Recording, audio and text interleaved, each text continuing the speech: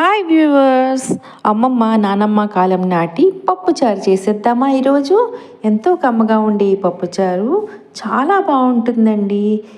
మీరు కూడా ఎక్కడా స్కిప్ చేయకుండా జాగ్రత్తగా అబ్జర్వ్ చేస్తే మీకు కూడా చక్కగా కుదురుతుంది. ముందుగా స్టార్ట్ చేద్దామా? ఒక గ్లాస్ కందిపప్పుని బాగా కడిగి గంటసేపు నానబెట్టిన తర్వాత రైస్ కుక్కర్లో పెట్టి ఒక 20 నిమిషాలు కుక్ చేద్దాం.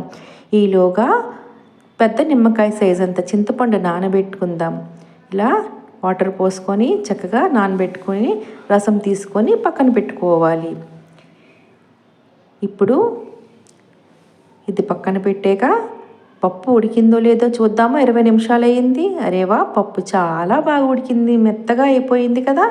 ఇప్పుడు 2 వంకాయలు తీసుకుని ఇలా కట్ చేసుకున్న కొత్తిమీర, ఉల్లిపాయలు, పచ్చిమిర్చి, కరివేపాకు ఇప్పుడు ఒక్కొక్కటిగా ఆ ఉడికిన పప్పులోని అన్నీ వేసేద్దాం.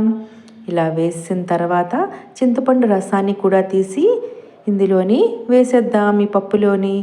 తర్వాత పసుపు, కారం, రసం పొడి, సాల్ట్ తగినంత వేసి ఒకసారి అంతా చక్కగా కలుపుకుందాం ఈ విధంగా. తర్వాత ఈ వెజిటేబుల్ వేసాం కదా, ఇవి బాగా కుక్ అవ్వాలి కదా. ఇంకో 10 నిమిషాల పాటు కుక్ చేద్దాం.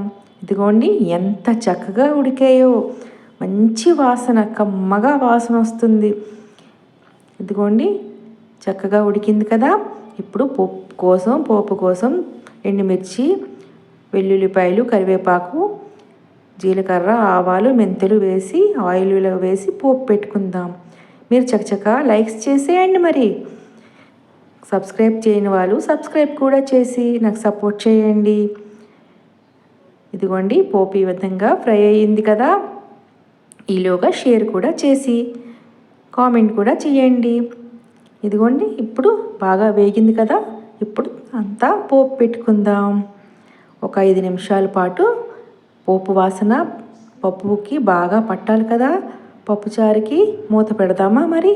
ఇదిగోండి ఇలా మూత పెట్టాక అంతేనండి, ఎంతో కమ్మగా ఉండే పప్పుచారు రెడీ. దీంతో ఒక అప్పడం కానీ, ఒక ఫ్రై కానీ, ఒక పొటాటో ఫ్రై కానీ మీకు నచ్చింది ఏదైనా నంచుకొని తింటే వారేవా అనాల్సిందే. Thank you for watching. Like, share, subscribe.